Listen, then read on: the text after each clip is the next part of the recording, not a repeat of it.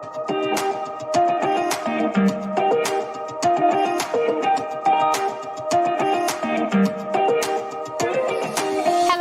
my name is Angela Cox and I am the Mindset Mentor.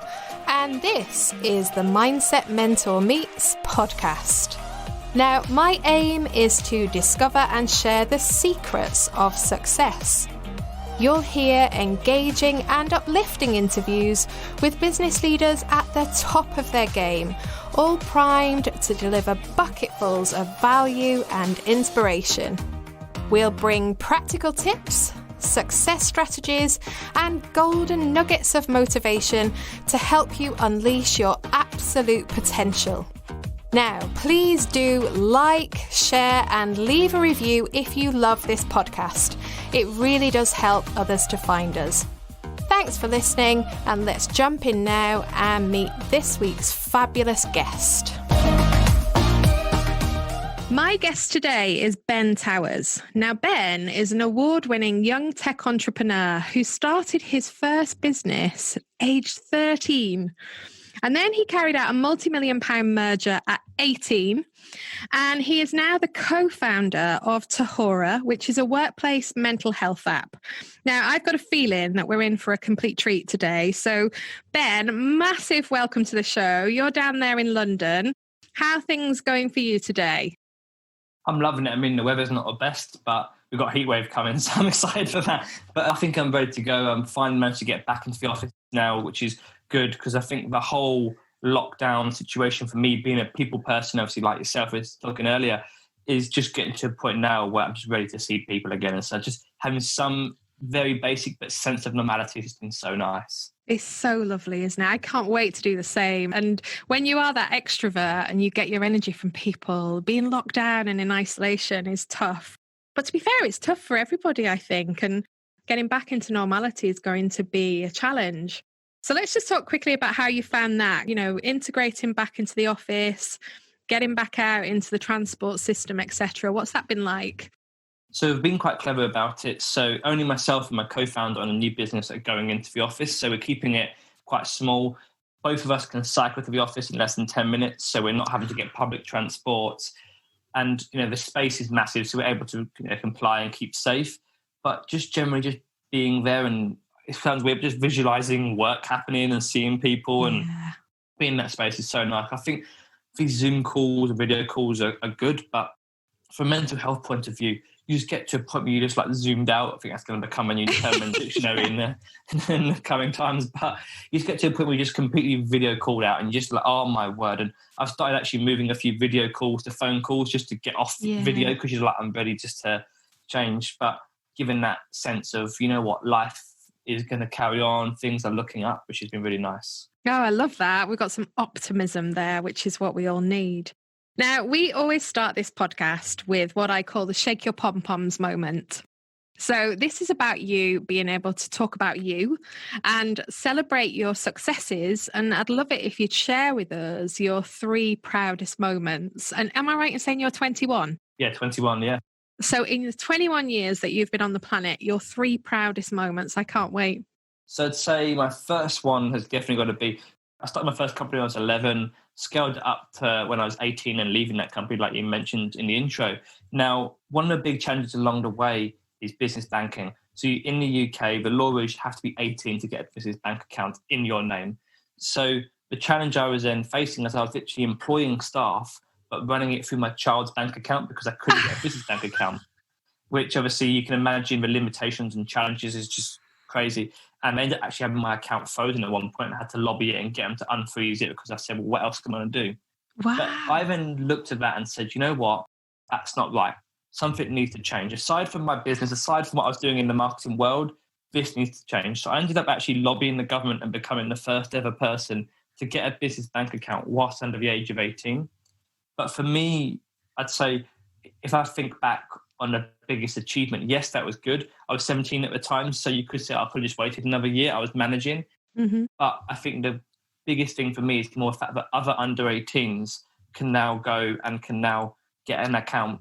They have to apply a few extra checks, but they can go get a business bank account whilst under the age of 18. And so for me, that's one of my biggest proudest moments to know that I've almost left childhood, but leaving something to support other people who are in my shoes. Yeah, you've paved the way for others to do the same thing. It's amazing. Exactly. And think about it now. You've got YouTubers especially making money from their bedrooms. They are business people to a certain extent.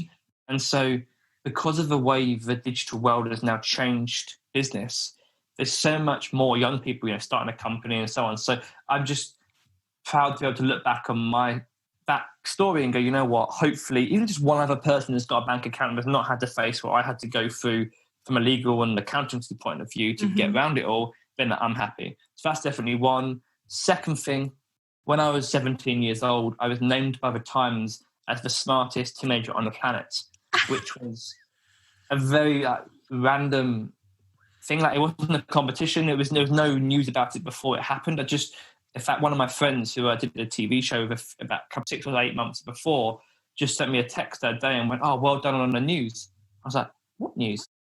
I don't normally buy the papers, but then went down to Tesco, bought this paper, and obviously found myself there and was like, oh my word. So that's definitely a proudest moment. And for me, that's almost like all of the energy and effort I'd put into growing my business. It was like the cherry on the top. It's like, oh wow, look back, that's quite a big thing. People from all across the world doing it, not just entrepreneurs, there are people on the list who are like change makers, lobbying, but you name it, all different people. And so I was amazed to be on top of that.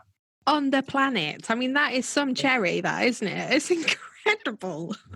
And the thing that's quite funny, obviously 21 now, so it's been about 3 or so years since that list, but they haven't done the list again since. So I can still call myself a reigning. Not that I do, but I would love to have been a fly on the wall when you walk back into your house with the paper from Tesco and seen your parents' face. I was in tears. Yeah. Third thing I would say, so obviously during lockdown, we've started, like you mentioned in the intro, a company called Tahora. And Tahora is all about mental well-being in the workplace, trying to look at this in a new perspective. And maybe we'll get into a bit later in this podcast, the reasons behind that. But an achievement right now was, so we closed just under £250,000 investment during lockdown for that business. It was pre-product, pre-revenue, literally me and my co-founder, a few ideas, some corporates who were interested, but it was very much our visionary. And so to close a fundraising round when you can't meet people, when the stocks and shares are plummeting, when businesses are quite literally not shutting down, but contracting. What we're doing was quite amazing for me, and I think is a sign that what we're doing is something that hopefully is going to be of use to people in the future. Well, let's hear a little bit more about that, because I'm interested to know why mental health is so important to you. But equally, we're interested to know what this app is all about. So talk us through that. Sure. So personally, mental health is a big thing. From a personal point of view, obviously being an entrepreneur, you're at top of the pyramid. If you're not an entrepreneur, if you're not leading the company and something goes wrong, you've got people you can go to, a line manager, people internally within the company to support you. Yeah. When you're the entrepreneur, it often feels like you haven't got that. It's the loneliest job I would call on the planet. And so that point of view, from a personal mental health point of view, being a young person growing the company, there were certain struggles I go through, nothing serious, thankfully, but I learned the power of building a good network of friends and supporters who could just be there when you're having a rubbish day, call them up and you can just chat about life and they'll pick you back up. So there's that side of things that I always had. And then the big thing for me was, so a really close family member of mine and also one of my best friends have been through some quite horrible mental health challenges. They've seen the extreme of what, unfortunately, mental health challenges can do in your life. And that led to me, as I was leaving my last company, going, you know what, I'm supporting these two in different forms, but being there as one of their main contact, looking after them, reaching out and so on. And I was like, I can't sleep at night knowing that there are more people like these two people going through these challenges. And I'm not a mental health expert or doctor. I can't tell somebody who is got a serious clinical or medical condition what to do. That's not where my expertise. But what I could do is I could find a way to apply mental health knowledge and lifestyle change with my background in communications and marketing from my first company, and then apply that in a new, interesting way. So basically what we do is it all around building communities and growing culture in the workplace.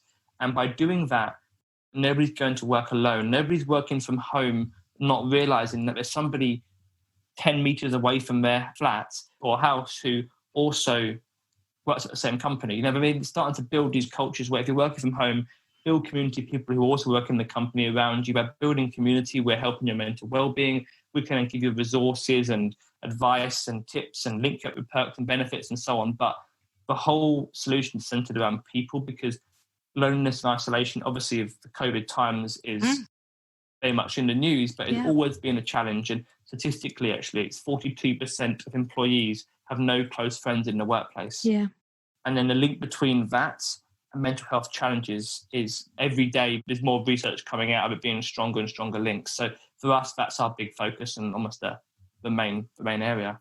And so unbelievably prevalent right now, because the idea of being isolated and that being forced upon us through lockdown has meant that people have just gone further and further into themselves. And it's often a struggle to reach out and ask for help, or a struggle to reach out and say, I'm having a bad day. So to have something that enables that in a really easy way, the way that we can pick up our phone and it's there and it's accessible, is so cool. So I reckon that companies will definitely want to tap into that, and to tap into the fact that you're being able to make that happen. Well, I'm interested to just dig a little bit deeper into you and your journey then. So I was looking at my son this morning, who is around your age when you first started. So he's 12. Yeah. And I was looking at him and thinking how similar he is to most of his friends. And then I got a thought about you and thought, you must have been quite different. To build a company that was so successful so soon, you must have been quite different to your peers. So how did you cope with that difference, and how have you coped with it since? Sure. So taking a step back in how it all started, which I think links to that as well, I've always been a challenged individual. So I was the sort of guy where if you'd say to me, oh, I bet you can't carry shopping bags back from the car to the house, I'd go, stand back, I'm coming in, and I'll pick them up. And I would go, and I want to prove to you. And that was always like a big thing for me. And so what actually started my whole career off and journey in business, without realizing it at the time, was when one of my mum's friends, who's an author, just said to me, can you build me a website? You're young, you get tech. Like, couldn't really describe what tech was, but you sort of get it. You're in that generation. Can you give it a go? So learn how to build websites on YouTube and just followed it through that like that. Wow. But when it comes to, I suppose, being different, I think because I'd always had that mindset of wanting to do a challenge and wanting to solve things, that naturally made me a bit different, I would say, to be fair. So like in education, I would learn much better when the teacher would say, solve X, Y, or Z, or can you do this? Whereas if it was, here is a maths worksheet, work your way down, yes, I would always struggle because that systematical thinking was not in my nature, whereas others would excel at that. So yes, I suppose that's one difference. Another big thing that I found was, as I started to grow out this business, again, really when I was at 13, not knowing it was a company, I just thought it was a way of funding my sweetie addiction, basically. But as I started doing that and doing more and more, I started to stand out a bit different because I was then on calls after school with clients. Yeah. I was speaking at events, which is how I grew the company massively. And quite naturally, that's changed quite a few areas in my life because it meant that instead of going home and then going to the cinema with my friends, I was going home and pitching, going home and working. So that I think did make me stand out. But from an actual grassroots thing, it was that challenge mindset. But I do think it's something that we can all do. And I'm not obviously a parent myself, but it's something that when I do become a parent, I really want to try to do is say, how can I instill the mindset of, okay, someone said no, or there's a challenge that's come to you. Don't accept that as the answer. Proactively try to change that. And I think so often we teach young people to be sort of complacent or, no, that's not possible. And then they go, okay, right, new idea. Mm-hmm. Instead of actually going, why? Is there a way we can do it like this to change that? And, that's the same with like my business banking story I mentioned earlier. That came about because I turned around and I said, I'm not going to sit there and just be obedient to these rules. Yeah, exactly. I want to try to find a new way around it. And it's a common trait you'd see across entrepreneurs in general, how they don't look at a problem and go, oh, that's fine. You look at a problem and go, yeah, that's not right. We need to still get to this end goal. It's incredible, this desire to push through the barriers. And I think that would have made you stand out from your peers hugely in school. And I'm interested to know whether you've had to face into adversity along the way and perhaps through the lens of haters. because the more success you have, I think particularly when you're in that social media world as well, the more people can let you know that they don't like it. So how have you coped with adversity along the way? So from the age of 13 or so, starting the company, I was always in the news. It was always like, oh, this is 13-year-old boy starting a company. Oh, wow. National papers. Then 15, I actually become the first ever person to employ himself as an apprentice in their own business. And the change, again, that was like the challenge mindset we said earlier. I wasn't happy that I had to go in education until I was 18, so I found a way around it.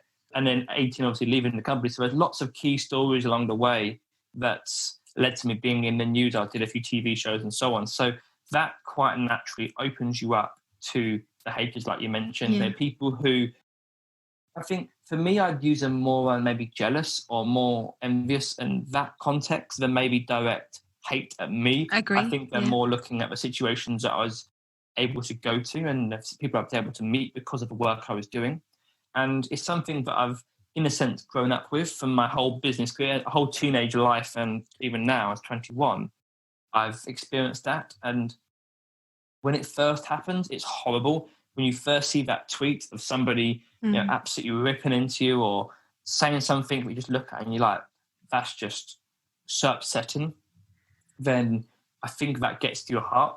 And it did get to my heart and it affected me. But then over time, like now I'm at the point where I'm like, you know what? I know that every decision, everything I say, I'm doing it with my utmost best. I'm putting all my heart out, and I'd never want to do anything that is ever false, anything ever right. And that's both online, like and podcast, or it's personally individual. For me, it's such a big thing about wearing your heart on your sleeve and just being transparent. And so, if somebody doesn't like that, if someone wants to hate that, then let them do that.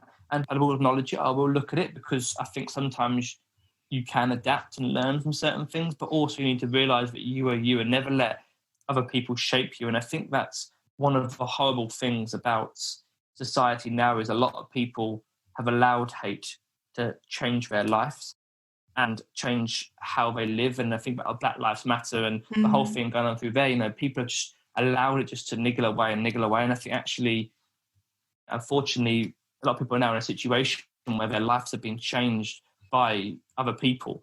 And I think actually in this context, I need to be confident in who I am, but also to maybe listen, but not let that shape where I want to be.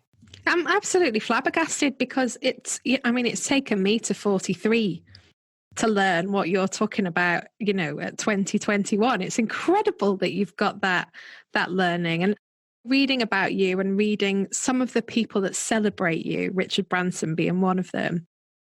I mean, how do you cope with that? These amazing people in our society that are holding you up as being this incredible entrepreneur. How do you stay so humble?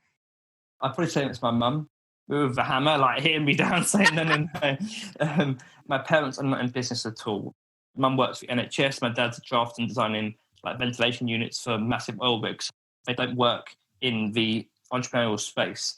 So what it did mean, and Mum always said to me very clear, when you come home and you sit at my dinner table, you are my son, Ben. You are not entrepreneur Ben. You are not TV Ben. You are not speaker Ben. You are my son, and you are sitting here having dinner with us as a family. And it's something that for me has been such a big part of my life. And although I now live in my own flat in London, I'd like to think I have that mindset of realizing, there's more to life than any of this. And also, after leaving my first company, I went traveling to Thailand and India. And India especially was a charity trip. Yeah. And by going out there and just seeing the level of poverty, seeing the life some people had to live and relating that to my life, realizing, you know what, I'm really fortunate to have never been in a situation where I'm worried about food on the table or anything like that. I'm very fortunate in that point of view.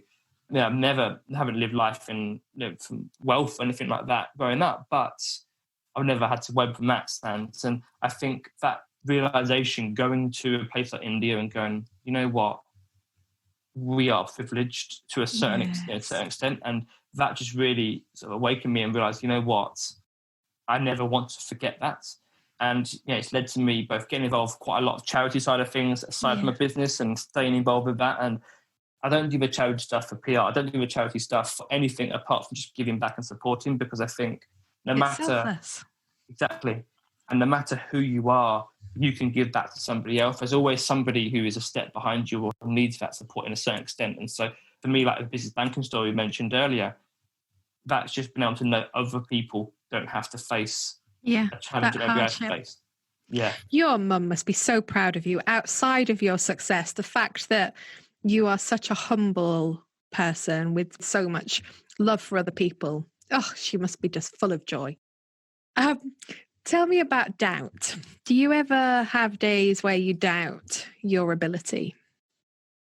Think about it for a company that's just an idea during a time of lockdown, global pandemic. Doubt, I've never experienced doubt to the extent I experienced it a few months ago. Let's put it bluntly. Pitching to investors and being told, oh, now's not a good time. We're worried about our lives, worried about all these other things that are going on. We don't want to invest in new companies or even just in an idea. Doubt for me is still a very recent thing, but I'd say I'm still overcoming from what's happened recently. But thankfully, I managed to do the raise, but it still sits there. And there's always that worry now. What if you've now got other people's money you're now spending and working with, and you've sold part of the company for that. Where my previous company was purely me. I was a sole owner. I was leading all. It was a laptop in my bedroom and worked my way up from that. Whereas now it's got this external stakeholders involved. And so doubt, especially now, is a lot more prominent in my life than it ever has been. But I think, again, this just comes down to that realizing and taking that step back and going, actually, hang on a minute. The situation I'm in, the people I've got around me, supporting me, championing me, and working on this project. Yes, there's doubt, but also there's optimism and enthusiasm for what can happen. And I think what I've come to realize is that so often as entrepreneurs, especially, we forget to take that step back and go, wow, look what I've done. Look what I've got around me. Look what's in the pipeline. And we get so focused on deliver, do. And that's fine Monday to Friday. But just having that time at the weekend to go, oh, wow, things have actually worked away very quickly this week. And it's something that being only 21 and going through what I've spoken at, like sellout arenas in countries all across the world and so on. Speaking of those sort of events, you can easily get lost in. You can easily then suddenly let that rise and so on. But actually just looking at it back and going, end of the day, I'm here to do what I want to do as an entrepreneur. And this other stuff I do because I enjoy and it helps grow the company and it's a good way of supporting others. But I think you always have to just take that step back and just reflect. And it's interesting you talk about the step back, because I normally at this point ask people about what they would say to their younger self, but it doesn't seem relevant for you, that. So I'm going to ask you where you think you're going to be in when your time comes when you're Richard Branson's age. What are we going to know about you then? My motivation right now is I want to wake up in the morning knowing that there are people who are not getting to the stage that my family members got to with their mental health challenges. That is literally my pure reason why we're doing what we're doing, is to know that even if it's one person who's not getting to the point where they have to rely on emergency services or have to rely on medical intervention at times to have that support. And for me, that's a big thing. So when I get to Richard Branson's age, what I would love to look back on and love being in a situation to go, you know what, even if it's just one person who isn't now in that situation because they managed to use what we're building to change their life, that would make me so happy. Interesting, another thing, that what would I say to my earlier self? Actually, you know what I would say about that is I'd say find mentors sooner. So I started to get close mentors when I was like 15, 16, and that was good at the time, but I wish I found them earlier. And one thing I'd say about mentoring is you should always get lots of mentors. If you get one mentor, then you're only ever as good as that one person. But if you get a specialist sales mentor, specialist finance mentor, specialist marketing mentor, then suddenly you're now going to get experts. And if you can be a bit of all of these experts, you're better than one mentor who's good at everything. You're now excellent at lots of things because you're learning from the best. So that for me is something that I'm so grateful to be able to have from that age. But if I were to go back and give myself a bit of advice, it'd be to get it going now, get it going sooner. That's incredible advice. We're going to play a game now. So let's see. You'll be great at this. I've got every faith. So we're going to play the 5-second game rule. And this is where you give me 3 answers to a question in 5 seconds. Okay. On it. All right. So let's do, in the 5-second game rule, can you give me 3 words that describe you? Transparent, hardworking, and motivational. Oh, love that. Can you give me 3 things that you're grateful for? Family, friends, mentors. Oh, look, you're just straight off the cuff, aren't you? Off the bat. And finally, in the 5-second game rule, can you give me 3 things that you can do to relax? Play sport, go for walks, and see friends for dinner and socialise. So it's play sport. What's your sport? Tell me. So actually, it's a weird one. It's table tennis. Ah. So I've grown up my whole life. So my dad runs quite a big club in Kent, and is a coach himself. So like when somebody, maybe you might have a young boy, and you sort of say, "Here's your football, go kick it in the garden." My dad was like, "Here's your bat, here's your ball, now bounce it." It's like the Matthew Syed story. Have you heard that one? Yeah. So obviously Matthew Syed's a very big sort of table tennis coach and so on as well. Yeah. And so for me, from a very young age, always played table tennis. Obviously, business was always my main priority. But the thing about playing table tennis for me is, I still play at a high level, playing in the top league in London and so on, and compete and things. But by doing that, you can't go on your phone. You can't do anything apart from play because you're focused on that game. It's mindful, isn't it? Exactly. And I think that's actually a worry I get whenever I go to the gym. So I usually go before work as a way to wake me up and get me going for the day. Obviously not as much right now, but when I go to the gym, what actually scares me is seeing people texting, seeing people on their phones. This is your time to exercise and focus on you and reflect. And I sometimes go swimming as well at the gym. And when I do that, some of the ideas I think of while swimming is phenomenal. You just think of things you would never normally have thought of in the day-to-day life because you just get that time just to stop and just do something that's not normal from what you're used to in day-to-day. And so, sport is a big thing. I say table tennis is my main sport, but I do love just to be active, really. I love that. And that focus on mindfulness is so key, especially for young people, because you're right, the phone is literally becoming the next addiction, isn't it? It's the next cocaine. So, to try and put that down as much as possible. So I can't wait to see what you're going to say for this next question. It's the final question, Ben, and it's the one that everybody will want to know the answer to. So for you, what is the absolute secret to success? I'd say for me, it's having the right people around me. So obviously I mentioned mentors and I'm doing that part again, but from a core actual team point of view. So I'm a visionary, I'm a talker, like I was saying earlier, I'm an extrovert, I love to chat, I love to bounce ideas off each other. So for me, what made success both in my last company and hopefully with this company is having people around me who can then execute, who can then say, that's brilliant. Now let's really focus on that, let's drill down into it, which I can't do. That's not my skill set at all. So for me, that's my secret to success, is just being able to build a team which is so complementary. So having somebody who can just take that, that's good, but really, what's the next step? How does that work? What are the risks? What are the challenges? And so for me, that's like the secret sauce, per se. I love that, so that you can't keep going to the next shiny thing, which would be a big temptation. But you're the first person that said that, actually. All the people that we've spoken to, what's beautiful is everybody gives a different answer, because I think it's such a personal thing. And for you, it is that surrounding yourself with great people who can keep your brilliance going. Do you know what? It's been such a joy to speak to you. And I think you are very different to the way that I thought you were going to be. You thought I was American, didn't you? Well, I did think you were American for a start, but equally, the humility that you have at 21 is just breathtaking. As I said before, your mum must be incredibly proud. And I say that with no patronizing whatsoever. I just think you're just a breath of fresh air. You really are. Oh, thank you so much. Really appreciate that. So thank you for your time. Thank you for being so open and sharing with us a lovely whistle-stop tour. And we'll look out for the new app. I don't know whether you're going to make it available to public as well, but I'm sure you'll figure that out in time. Yeah, remember it's all B2B, that might change. But yes, it's tahora.com, so tahora.com. And we'll put it all in the show notes as well, so that people, because leaders and things are always listening, so they might want it for their organisation. Oh, lovely. Thanks a million. You're an absolute superstar. Thank you. I do hope that you enjoyed listening to the Mindset Mentor Meets podcast. If you did, be sure to check out the show notes to access all of those important links. For more about me, visit my website at www.angela-cox.co.uk. Now, I'd really love it if you could subscribe to our channel so that you never miss an episode, and do leave us a 5-star review because it really helps us to get noticed. Bye for now. I do hope that you'll tune in next week and take good care.